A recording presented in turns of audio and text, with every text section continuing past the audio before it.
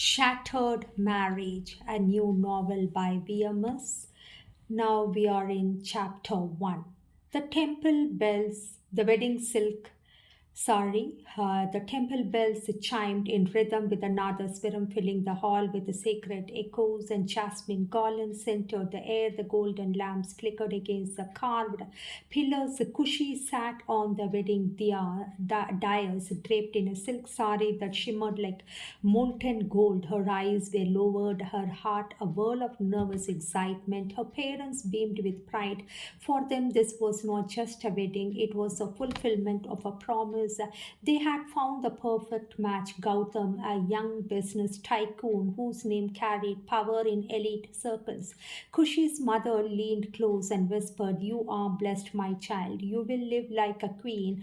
All our dreams are in you today." Kushi smiled faintly, though her hands trembled as she held the sacred garland. She had never truly known Gautam, but she trusted her parents. Was in marriage about faith and duty. The praise chants rose louder. Gautam, tall and striking in his ivory sherwani, tied the Mangal Sutra around her neck. His touch was firm, almost commanding. Yet he leaned closer to murmur, "You look exquisite, perfect for me." A shiver ran through her, not of love, but of something that she could not name. Applause filled the halls, and friends of Gautam clapped, some exchanging knowing smirks. They were all wealthy, all flamboyant, their laughter louder than the sacred mantras. As the ritual center, Kushi glanced at her parents. They looked relieved, fulfilled. Their daughter was now the wife of a man whose riches could buy worlds. That night, as she entered Gautam's palatial mansion for the first time, Kushi's breath caught. Crystal chandeliers hung like frozen rain, marble floors gleamed, and the servants lined the hallway to welcome her. "This is your new home," Gautam said, placing his hand on her waist possessively. "Forget everything else from today. You belong here. You belong to me." Kushi lowered her eyes, unsure whether to feel proud or uneasy. She remembered her mother's words, like, "You are going to live like a queen." But as she walked past the hall filled with imported wines, foreign paintings, photographs of Gautam's glamorous friends, a quiet voice inside her whispered, "A queen, yes, but in whose kingdom?" Now we are in chapter 2, the mansion of masks. The first week in Gautam's mansion felt like stepping into another universe. Every night the house came alive, not with family warmth, but with the clinking of crystal glasses, music that never seemed to end. The strangers who treated the mansion like their own playground. Kushi watched silently as women draped in sequin gowns and men in tailored suits and fluttered the living room.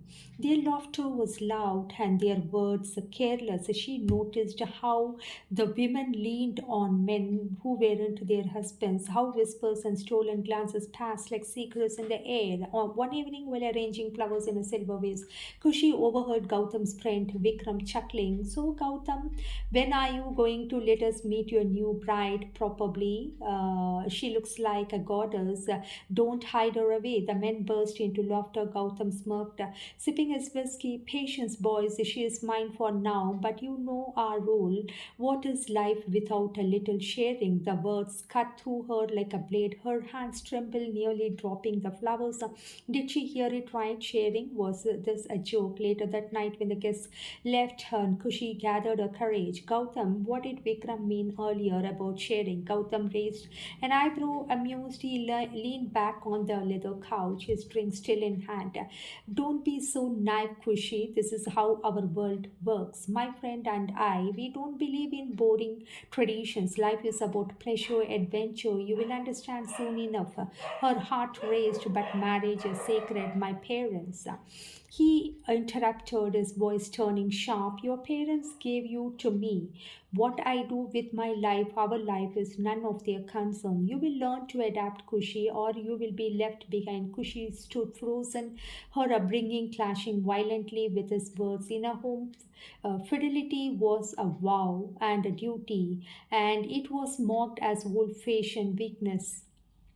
That night she lay awake in their vast, silent bedroom, staring at the golden ceiling patterns. The mansions was beautifully, yes, but every smile around her felt like a mask, every laugh like a lie, and the deep inside Kushi began to fear. She was not the queen of this palace, she was its prisoner. And the third chapter, the cracks in paradise, the mornings in Gautam's mansion were deceptive. Sunlight poured through the sheer curtains, the fragrances of roses from the garden wafted in, and breakfast was served on the silver trays. On the surface, everything looked perfect, but beneath the luxury, Kushi felt the silence. Gautam was rarely there.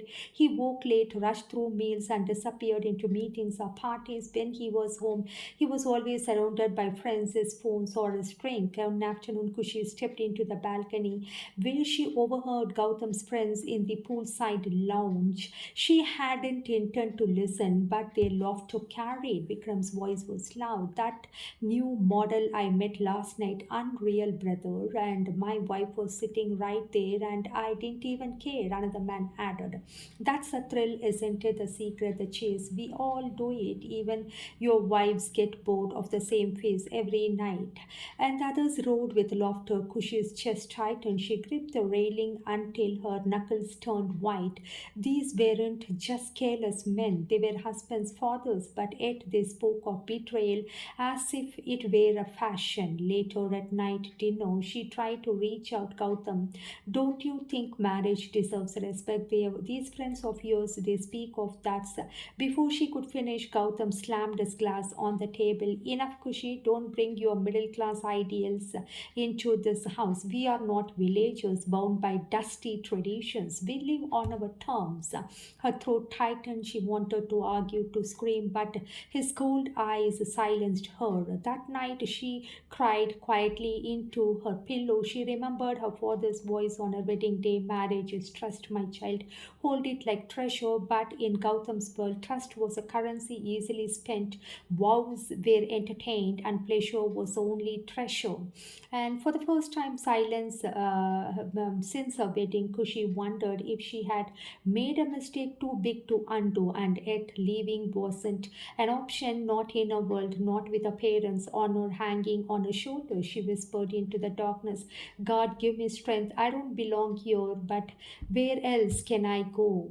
And the game they play. Chapter 4. That was a Friday night when Gautam insisted Kushi join him for one of his special gatherings. So don't just sit at home, he said, adjusting his cufflinks. Tonight, you will see how real people celebrate life. Kushi hesitated. I don't feel comfortable in those parties. His tone sharpened. You are my wife, you will come. She had no choice.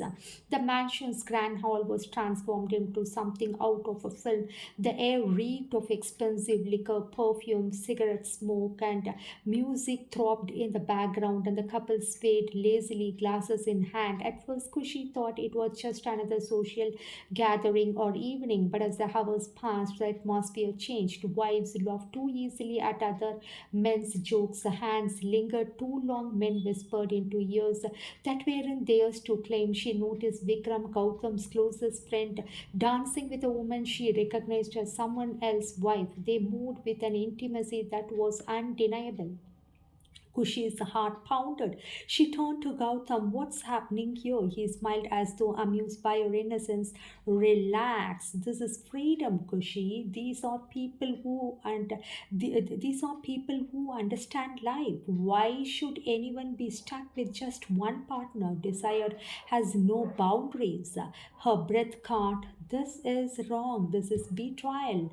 His eyes narrowed. He leaned close, whispering with a smirk, not betrayal, sharing. It keeps the excitement alive. You will see in time. You will enjoy it too. The words hit her like poison. She pulled away, her chest tightening, nausea racing around her. Laughter, the music fell, but all she could hear was the hammering of her own heartbeat. A woman draped in a glittering gown brushed past Kushi and winked knowingly, as though she she already belonged to this twister culture. Kushi rushed out onto the balcony, gripping the railing for support. The city lights twinkled below, mocking her misery. What world have I been thrown into? She thought, tears stinging her eyes. This is not marriage, this is not love, this is a game, a filthy game. And for the first time, Kushi realized she was not just a prisoner in Gautam's mansion, she was a pawn in his circle's dangerous game. And Chapter 5, The Proposal of Sin. The morning after the party, Kushi sat in the courtyard, her fingers nervously tracing the edge of her teacup. The laughter was from last night still echoed in her ears, the stolen touches, the shameless whispers, Gautam's chilling words about sharing. She prayed silently, begging for this nightmare to be just her imagination. But Gautam walked in fresh from his shower, adjusting his tie as if preparing for another empire building day. He glanced at her and smirked. You looked uncomfortable last night. I told you. It takes time to get used to it. Kushi looked up sharply. Get used to what, Gautam? Watching married people betray each other. He poured himself a drink whiskey even though the sun was barely up. His tone was casual, almost playful.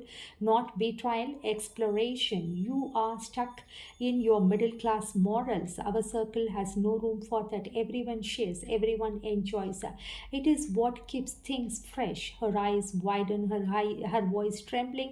And you expect me to accept this? He set the glass down and walked toward her, his face hardening. I don't expect you to accept, Kushi. I expect you to participate. The world seemed to tilt beneath her feet. Participate, she whispered, barely about to speak. Yes, he said smoothly, as though offering her a gift. Vikram and I already spoke. He admires you, I told him. Why not? It's harmless. Just one night, Kushi. Once you cross that line, you will realize how thrilling it is. Kushi looked up sharply. Get used to what? I don't understand. What are you talking? Her blood ran cold. She stood up abruptly, her voice shaking but fierce. Do you even hear yourself? You want me to betray my vows, to betray myself? Gautam's eyes narrowed, his arrogance rising. Don't be dramatic. You are my wife. Your duty is to keep me happy. And this is what keeps me happy. If you refuse, don't blame me for what happens next. Her heart thundered. Was this her life now being bartered like property, traded among men like a trophy? Kushi felt her world crumbling, yet a spark of something stronger flickered within her. Rage, defiance, survival. She turned away, her voice breaking. I'm not your toy, Gautam, and I will never be part of your filth. But as she walked toward her room, her hands trembling, she knew the battle had only just begun. For Gautam would not stop until he bent her or broke her. And the cultural war within. The house was silent that evening, but Kushi's mind was not. She sat on the edge of her bed, her wedding Mangal Sutra cold against her skin. She held it tightly as though the sacred thread could shield her from Gautam's darkness. Her parents' faces flashed before her eyes. Her father's stern yet kind smile, her mother's tearful pride on the wedding day. They had given her away with a trust, believing she would be cherished and protected. But here she was a prisoner in silk, suffocating a palace that reeked of betrayal. She remembered her father's word. Kushi, remember, marriage is not just love, it is duty, it is sacrifice. A woman holds her family together with patience, and her mother's softer words, no matter the storms.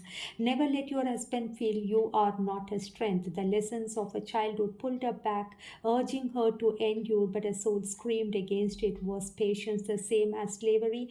Was duty the same as surrendered? And if husband's world demanded, she surrendered her body and soul to strangers. Was that still marriage or a mockery of it? That night, Gautam came home late, reeking a perfume that wasn't hers, and he didn't bother explaining. Instead, he threw his jacket onto the couch and muttered, don't sulk, Kushi. Everyone lives like this now. Only fools cling to old traditions. Her voice trembled, but she dared to ask, and what about loyalty? What about the vows you made to me in front of God during marriage? And he smirked, pouring himself another drink. God doesn't pay the bills, Kushi.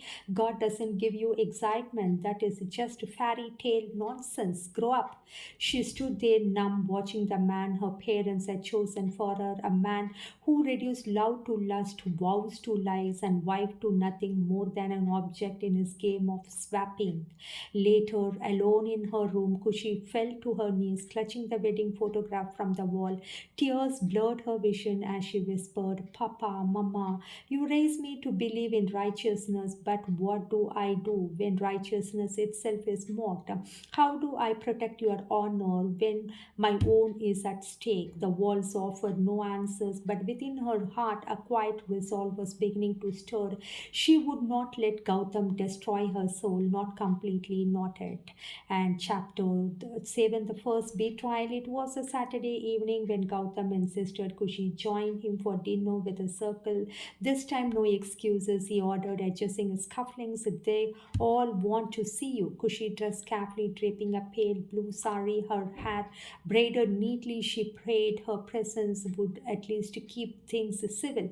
The dinner was held at Vikram's villa, a sprawling mansion filled with laughter, perfume, and a clink of champagne glasses. Couples lounged on velvet sofas, their laughter a little too intimate, their touches a little too bold. Kushi stayed close to Gautam, clutching her clutch bag as though it could anchor her. But soon the conversation turned to her.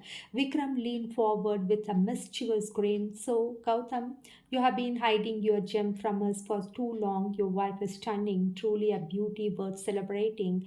The group chuckled approvingly. Kushi blushed, lowering her eyes.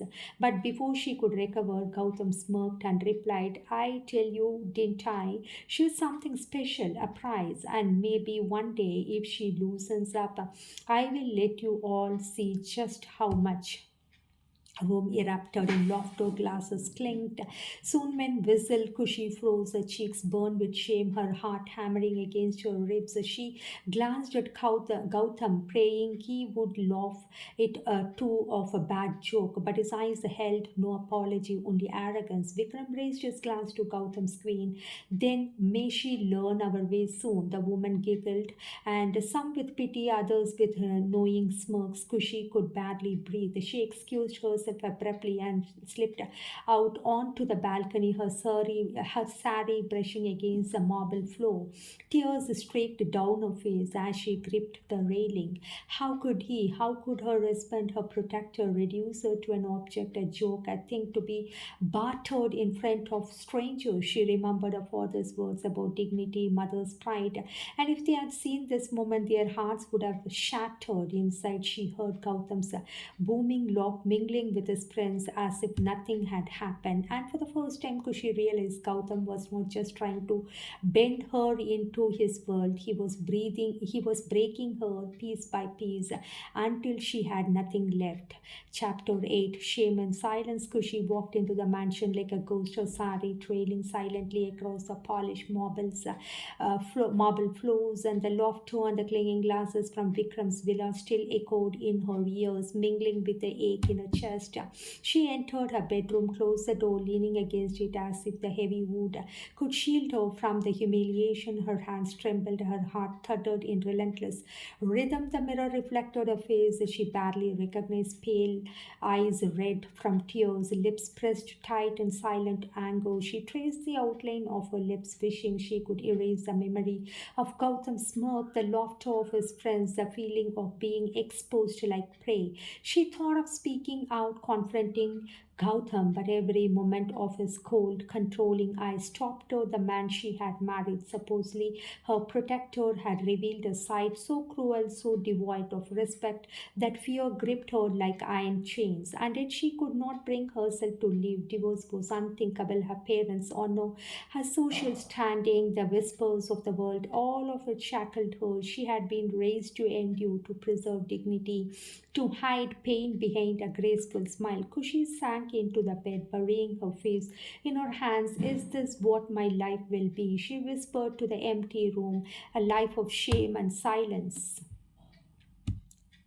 The mansion around her seemed to mock her despair. The chandeliers glittered like distant stars that she could never reach. The walls gleamed as if hiding secrets too ugly to name. She thought of her parents' teachings of the world they had promised her. She had been raised to believe in marriage and loyalty, in righteousness. Yet here, in this palace of wealth and deceit, righteousness was laughed at, loyalty was meaningless, and she felt powerless. Tears rolled down her cheeks, but beneath the pain, a tiny flame flickered. I will not let him take my soul, she vowed silently. Even if I must endure this hell, I will survive. I will not lose myself completely. That night, Kushi lay awake, staring at the golden ceiling patterns above. The mansion was beautiful, yes, but it was a gilded cage, and she was determined to find a way out, even if it meant fighting an invisible war inside her. And chapter 9, The Forbidden Escape. The mornings in the mansion had lost their charm. The sun still spilled gold across the marble floors, but it no longer warmed Kushi's heart. Each day felt heavier than the last. Every smile she forced a mask to hide her despair. She began to think dangerous thoughts by the rules she had been taught, thoughts of leaving, of running far from this gilded prison. But with each thought came the weight of her upbringing, the honor of her parents, the whispers of society, the shame of divorce. I cannot disgrace my family, she told herself. I must endure, at least for now. Yet the idea of escape refused to leave her mind. Started making small plans, tiny tests to see if freedom could exist. She looked up lawyers online, quietly checked into counseling services, and even considered practicality of staying with relatives temporarily. On one evening, as Gautam hosted another dinner party, Kushi slipped out to the terrace seeking solace in the cool night air. The city lies stretched below like a sea of stars, endless and free, so unlike her trapped life. There has to be a way, she whispered. There has to be a life beyond that nightmare. Her phone buzzed quietly, a message from Dr. Karthik, a psychologist she had met at a charity event weeks ago. Hope you are well. Just checking in. Remember, your feelings matter. Don't let anyone make you forget that. Kushi stared at the message, a strange warmth blooming in her chest. He did not know the full extent of her suffering, yet somehow his simple words gave her courage. That night she lay awake, drafting possibilities in her mind, consulting a lawyer discreetly, moving temporarily to a friend's house, learning to assert boundaries inside the mansion, finding someone to confide in. For the first time since her wedding, Kushi realized she had options. Fear still gripped her, but it no longer ruled her entirely. A seed of rebellion had taken root. She closed her eyes, breathing deeply, whispering to herself, I will not be broken. I will find a way, and one day I will reclaim my life. Chapter 10, The Stranger's Eyes. Kushi found herself at the charity gala, again the same event where she had first met Dr. Karthik, and she had come reluctantly, feeling out of place among the glittering crowd. Her sari perfectly draped, but her heart heavy. He was there as always, calm, composed, yet warm. His presence was different from Gautam's. No arrogance, no possession, just attention, unhurried and sincere. When he approached her, Kushi's instinct was to smile politely, hide her turmoil behind pleasantries, but something in his eyes made her pause. They weren't curious and they weren't judging. They simply saw her. Kushi, he said softly, offering a hand. I'm glad you came tonight. How have you been? The question was ordinary, yet it carried weight. Nothing in a world asked that question. Nobody in Gautam's world would ever pass to ask how she truly felt. Kushi hesitated, then in fragments began to speak. I have been trying to adjust. It's harder than I thought. Some things I can't accept. I feel trapped. Sometimes I don't even know who I am anymore. Karthik nodded slowly, his gaze steady, encouraging her to continue. It's okay to feel that way. No one can take away your identity without your consent. But first, you must acknowledge the pain, not bury it. Her lips trembled, but she spoke on. Every word she uttered released some weight from her chest. She told him about the parties, the laughter, the betrayals, and the suffocating expectation of being Gautam's perfect wife swapping, and the new culture they are following. He listened without interruption, without judgment, simply absorbing her words. After she passed, he said gently, "You deserve to live a life that honors your values, Kushi, not one dictated by fear or shame. And you can get there, but you must take the first step for yourself." First time in months, Kushi felt seen, understood, and safe. A tiny spark of hope flickered inside her chest, a hope she hadn't dared to feel in Gautam's mansion. That night, she felt the gala with a strange lightness in her step, her mind buzzing with possibilities. For the first time, she realized that freedom might not be just a dream, it could be real if dared to reach for it. And Karthik, the stranger who had seen a soul without permission, might just be the anchor she needed to start reclaiming it. And chapter 11, The Man Who Listens. Kushi sat in the quiet cafe, stirring her tea absent mindedly. The chatter around her was distant to the clatter of cups, the chairs barely registering. She had agreed to meet Dr. Karthik here, away from the mansion, away from Gautam's suffocating world. When he arrived, his calm presence seemed to fill the space. He smiled softly as if welcoming her, not just into the cafe, but into understanding. "Kushi," he said, sliding into the seat opposite her. "Thank you for trusting me." She offered a small, tentative smile. I don't really know why I agreed to meet. Maybe I just needed someone to hear me." Dr. Karthik nodded. "Then I will just listen, no judgment, no advice unless you ask for it. Just listen." And for the first time in months, Kushi did. She spoke of the mansion parties, humiliation, endless pressure to conform to a life she never wanted. And she told him Gautam's cruel words, the betrayals, and the gnawing fear, and she might lose herself completely. Karthik listened, his eyes never leaving hers, observing every detail. When she passed, he asked softly, "And how do you feel about all of this?" Kushi hesitated, then admitted, "I feel trapped, angry, ashamed, but also a little hopeless. Sometimes I wonder if I can even survive this." He leaned back slightly, thoughtfully. And survival is not just enduring pain, it is reclaiming yourself, even in the smallest ways. And that starts with acknowledging that what you are feeling is real and valid. For the first time, Kushi felt her turmoil reflected, not dismissed or mocked, but understood. She realized that strength wasn't about hiding tears or forcing smiles. Strength could come from admitting pain, seeking help, and slowly rebuilding. Over the next few weeks, she met Dr. Karthik regularly. Each conversation was a balm, each listening session a lifeline. He helped her untangle the knots of fear, guilt, and shame, guiding her to remember who she had been before Gautam's world tried to erase her. With each morning, Kushi felt a quiet revolution stir within her. The mansion walls were still there, Gautam's control still looming, but inside her heart, a seed of defiance has taken root, and she knew deep down that this seed, nurtured by understanding and compassion, could grow into courage she would need to reclaim her life. Chapter 12, Seeds of Courage. Kushi's days had begun to change almost imperceptibly. The mansion remained the same, grand, suffocating, filled with laughter that mocked her, but inside she felt a kind of shift.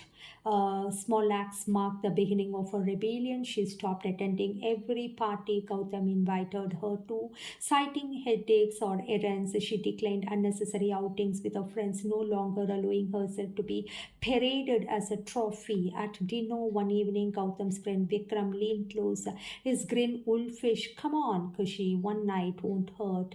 Live a little." Kushi looked up at her plate, meeting his eyes steadily for the first time. "No, thank you, I'm not interested." The room went quiet. Gautam's jaw tightened, but she did not flinch. Later, in private, Gautam confronted her. "Are you trying to embarrass me? Or are you trying to, or yourself?" Kushi took a deep breath, feeling the courage Karthik had helped her build. "I'm trying to respect myself. I won't let anyone, not even you, take that from me as granted." His stare was sharp, but he said nothing further. The small victory, those silent felt monumental. At night, she felt Karthik again. She met Karthik again at the cafe. She recounted the evening, the confrontation, the trembling thrill of asserting herself. He smiled gently. Every time you honor yourself, you weaken the hold of those who try to control you. Courage is contagious. Once you start, it grows. And he applauded. Kushi nodded, realizing the truth in his words. Her fear had dominated her for too long. Now it was time for a deliberate defiance. She began planning not a dramatic escape yet, but small steps. Setting limits on Gautam's circle and reclaiming private time for herself, journaling her feelings and strategies, and quietly exploring legal advice and financial independence. Each act felt like planting seeds in a long, fallow garden, seeds of courage, seeds of freedom. Chapter 13, The Pull of Two Worlds, and we can come to the conclusion. Paradise renewed. The mansion, once a gilded prison, now felt smaller in Kushi's mind. Its chandelier still gleamed.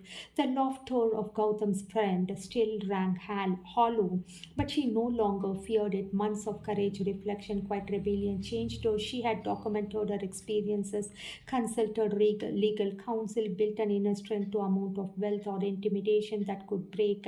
And the final confrontation was inevitable. One evening, Gautam arrogantly certain of his control demanded she attend yet another gathering. Kushi, calm and poised, refused. I have made my choice, Gautam. I will not be part of your games, your lives, or your twisted idea of life. I will no longer live in your world. His anger flared. But Kushi did not waver. She packed her belongings not with shame or fear, but with dignity. The divorce was swift and firm. Whispers of scandal surrounded her, but she no longer cared. With Dr. Karthik, she found something she had long been denied: trust, respect, and partnership built on understanding. He never asked her to forget her past, only to honor her journey and embrace a future. Together, they moved into a modest home filled not with opulence but with laughter, warmth, and serenity. Kushi returned to her passions, discovered a voice, and nurtured the love that was real, not a corset. And one evening, as she sipped tea on a balcony, the wind brushing her hair, she whispered, I survived, I reclaimed myself, I'm free. In Karthik's quiet smile, she saw a reflection of a woman she had always been: strong, vibrant, and alive.